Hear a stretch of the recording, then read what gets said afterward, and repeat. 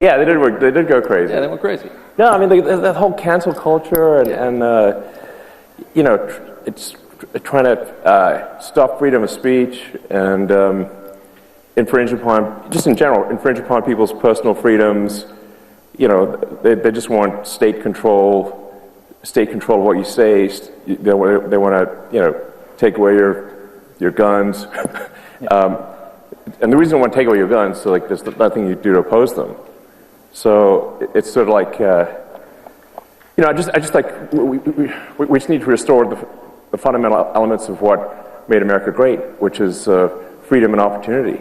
I think Elon Musk is taking too many drugs, and that's not just because you'd have to be high to make any of the ridiculous and dangerous and downright dumb moves he has at Doge, but because at CPAC today, when he sat down for quite a long interview, it was incredibly clear that not only was he just out of it and acting stranger than usual, and to have to identify Elon's strangeness as worse than usual. You have to be doing some pretty weird stuff. But he just lost his ability to speak, and you will see how absurd and pretty upsetting it all was. But before we get into it, if I could quickly ask you to leave a like on this video, and if you haven't already, and you enjoy our channel, to hit that subscribe button. It goes a long way, and it really does mean a lot to me now. Before we get into the full interview when Elon Musk came out, he was, well, actually, you'll just have to see.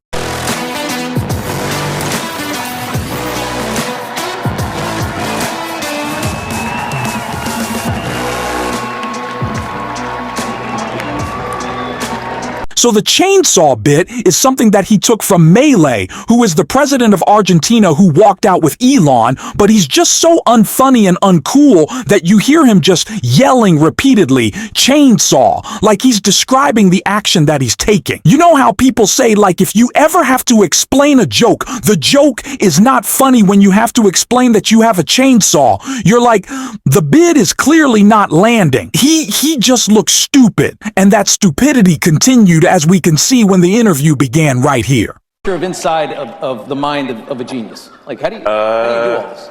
Can you answer that question? It's not an easy question. Yeah. I mean, my mind is a storm. Yeah. So, Yeah. it's a storm.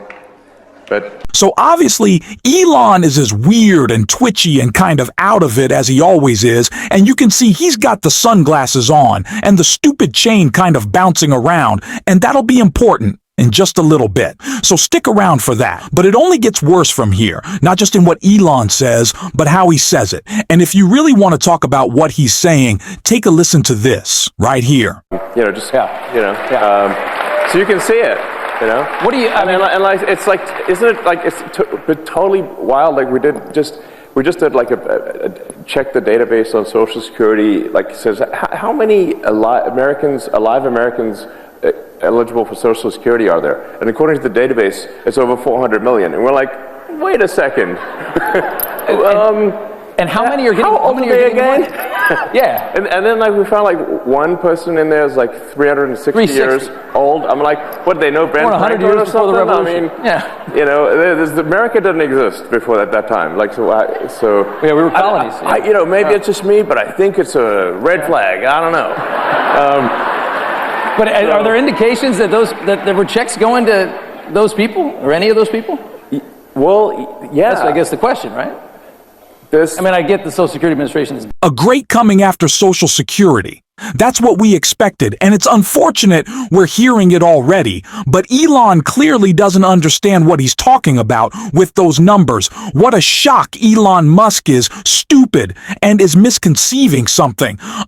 That's not new. But what is new is the apparent plan he has, which is to get rid of it all, I guess is what this is coming down to.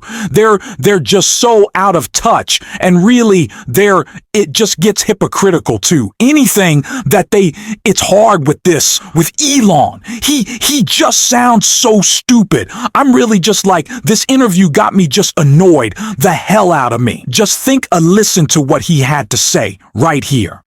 You know, and have like a sense of humor, you know? So, I mean, the sort of the left wanted to make comedy illegal, you know? Yeah. Like, you can't make fun of anything. So there's like, comedy sucks. It's like, nothing's funny. You can't make fun of anything. It's like, legalize comedy. Yeah. Legalize comedy. And we've shifted the entire culture and just Legalize comedy from the guy who's now saying that journalists need to be thrown in jail from the White House. That is banning the AP. You're the ones who are really standing up for free speech. It's ridiculous. And speaking of speech, like we said at the beginning of this video, it's something Elon struggled with throughout the entirety of the interview, but never did it get worse than this moment right here. And check out the host panicking and trying to laugh and trying to guide Elon. He just can't speak. if you got to protect the First Amendment, it's not much more important than that. Yeah, I mean, I got a lot of criticism, and people said, well, that proves he's a huge idiot from a, you know, like, look, you know, he voted for whatever, $44 billion, and now it's worth like 8 cents.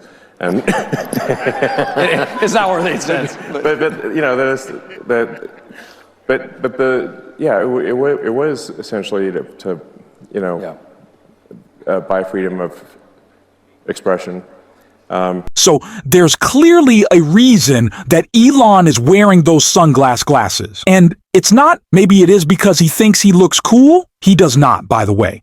Elon, if you're watching, you do not look cool anything you do. What would be really cool is if you'd off and just leave, please. But I think it's just to cover up, like he said hi, and it sounds like it because he just mumbled through most of the interview. But all of those sentences, if we can even call them that, it was strange. It got weird. I couldn't understand him. Neither could the host. He was trying to like save him, clearly panicked at the end there, but he just couldn't put his words together. This is the guy that we have essentially running our our government. This is the president. Donald Trump is negotiating with Putin. He can barely put a sentence together.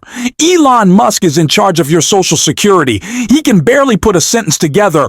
If Joe Biden had done something like that, it would have been wall-to-wall coverage for a week. VP Harris, wall-to-wall coverage. But we're just going to move past it. That the guy is clear. Like the guy who openly talks about ketamine is clearly on drugs all the time. It's insane. And somehow his inability to speak was only the only insane thing. Now it's coming to me. Take a listen to Steve Bannon right here. The future of MAGA is Donald J. Trump. We want Trump in 28. That's what they can't stand. A man like Trump comes along only once or twice in a country's history, right? We want Trump. We want Trump. We want Trump. We want Trump. We want Trump.